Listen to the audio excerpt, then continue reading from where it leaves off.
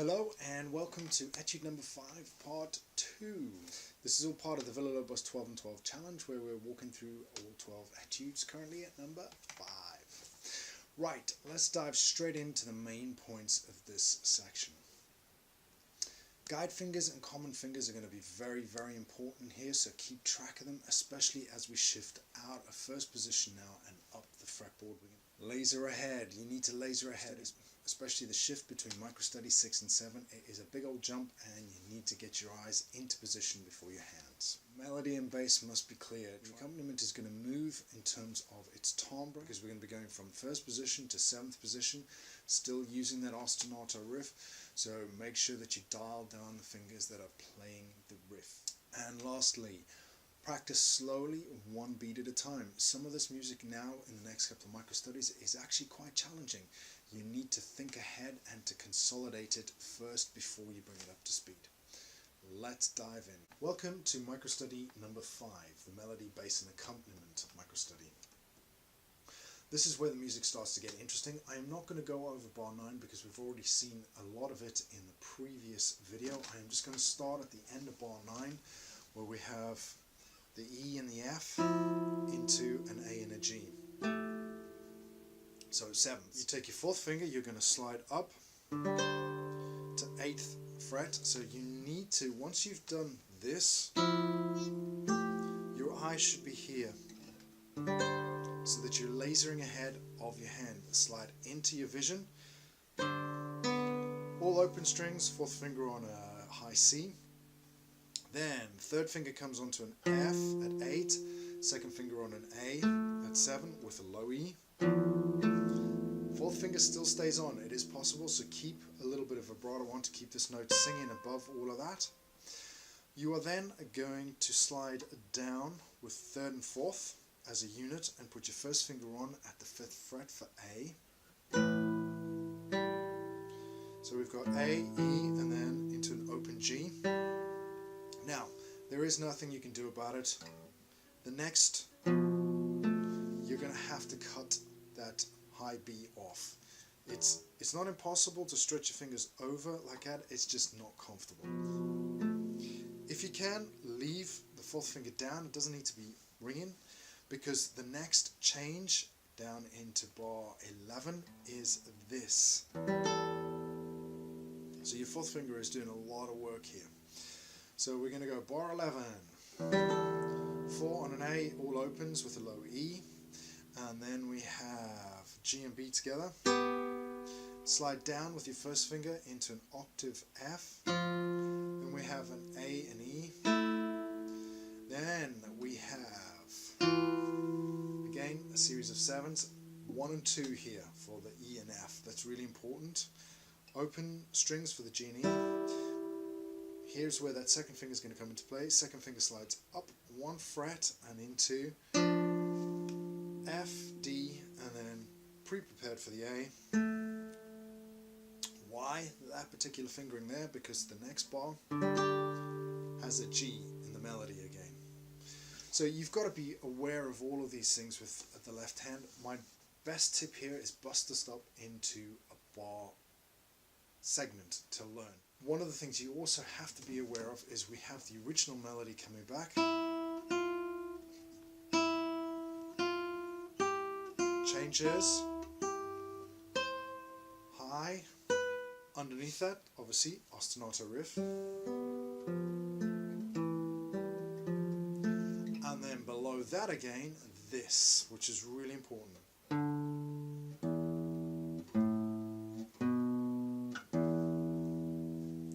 This repeats. This is a tricky microstudy, there is no doubt about it, but with a little effort and a little work you can do it. The only thing to keep aware of is this ostinato riff changes from here to here. And already you can hear the tone difference there, so you need to maybe make a little bit of an effort to adjust your hand for that, or drop it down even further. The choice is yours. Do it slowly. Main tip here is guide fingers and common fingers and laser ahead. On the end of microstudy number 5 is bar bar 12 where things ease up, and it's lovely and relaxing after everything. The only thing you have to keep track of is the bass line. So your fourth finger stays down through these two bars, 3 and 2, 1 and 0, 1, 3 and 2, while your fourth finger stays down. Now if you noticed as well, I cut my low E short.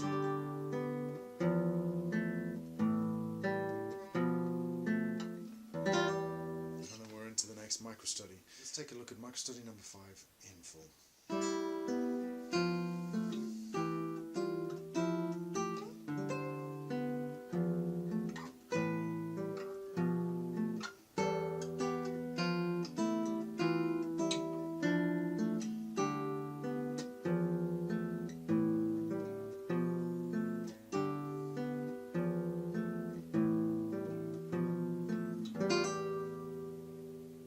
Welcome to microstudy number 6. Microstudy number 6 is considerably easier and less challenging on the left hand and the right hand than the previous one. Consider it a pause or a respite where you can consolidate your information and take a breather. So we've got into bar 14 where we have nothing difficult, ostinato riff. The only thing is your fourth finger stays on. Now we have a snappy hammer-on. You can only do it one form. Why? Because of that there, the F and A on the ostinato. So make sure it's nice and clean. If you need to practice it,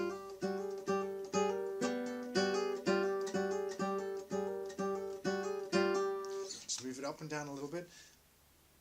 Remember, hammer-ons, it's not about strength, it's about speed. So, nice, clear, precise hammer-ons. The main thing here is on the end of bar 16, I have put 1 and 3 because I am already looking ahead to bar 17 where we're going to need to be up here. So you're going to have to shift from 3 to 12. It's a fair old shift. So again, Lazer Ahead. Here is microstudy number 6 in full.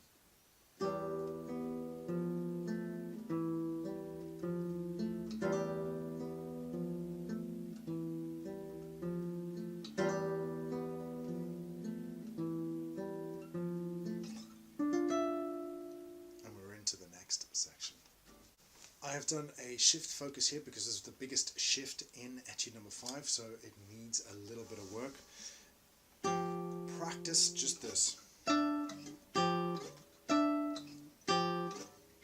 Backwards and forwards with, and then put 2 notes in, so it goes, and you will have that shift. Main thing is Lazer Ahead.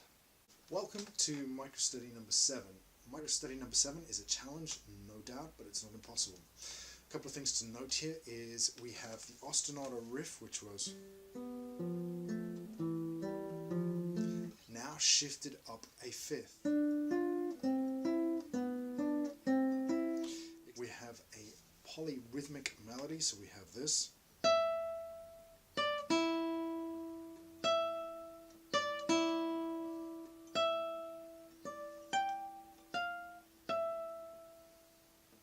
We also have a bass that pops in right at the end at bar 20. A lot to keep an eye on. The main thing is the right hand pattern is a shift back to the beginning because it is the same texture. The only difference is in the melody. So let's dive in and take a look at the fingers. Okay, so we start here up at 12 where we've shifted. I'm using fingers 3 and 4, which we've shifted up from here. I then have a first finger on the F. My second finger is free so that it is and prepped behind my third so that I'm into this here with 2 and 1, and then my second finger slides down again and my first finger stretches out, and then it's my third and second fingers for the rest of the ostinato riffs. And then obviously now the melody focus. Third finger on the high D, open E.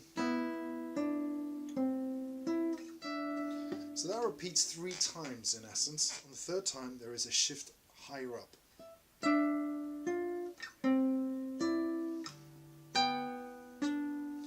So we're up to a high G with an open B. Now I'm fretting the D here at the 12th fret, and then I'm fretting the D here at the 12th fret with my first finger, which leaves my second finger free to come onto the A. So it's A and C, again a little bit of a stretch here between 1 and 2, and then down to G sharp and B.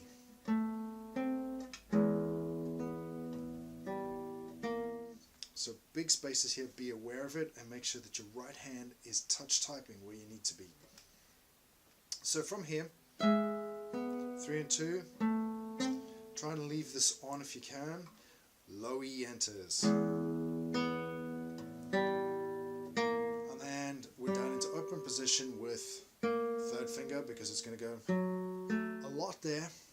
Keep track of your fingers if you can. The first half is not as difficult to say the second half, but this is true classical guitar texture where we're using high notes with open strings to achieve the same texture and so that Villa-Lobos can keep the ostinato riff going. Let's take a look at that nice and slowly.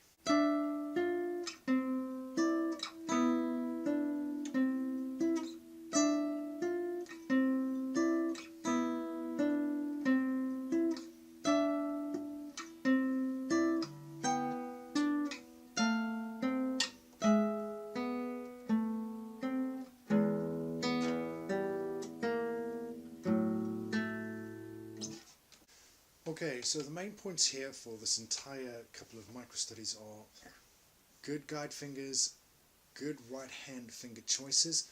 The majority of it you'll have already done in the first few micro studies because the texture is the same, it's just the material that's changed.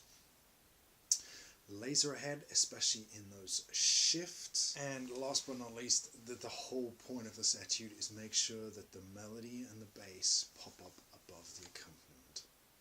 Thank you very much for staying to the end. This is all part of the Villa-Lobos 12 and 12 challenge where we're walking through 12 etudes in 12 months. Please join the conversation. There is a lot of fantastic music that gets overlooked here in the etudes.